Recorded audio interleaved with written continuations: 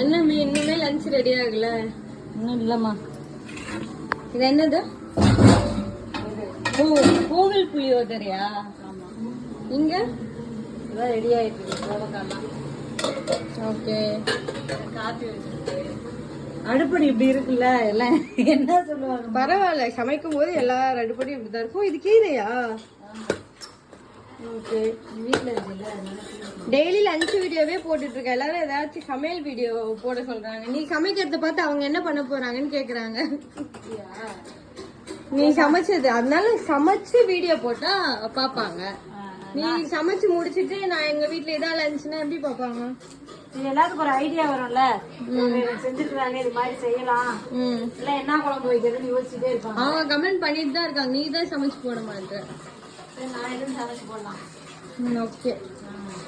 நாங்க வீடியோ எடுக்க ஆள் இல்ல, அதனால எங்க மம்மியால வீடியோ போட முடியல. இனிமேல் எங்க அம்மா ஸ்டாண்ட் வாங்கி கொடுத்துட போறோம். ஆமா.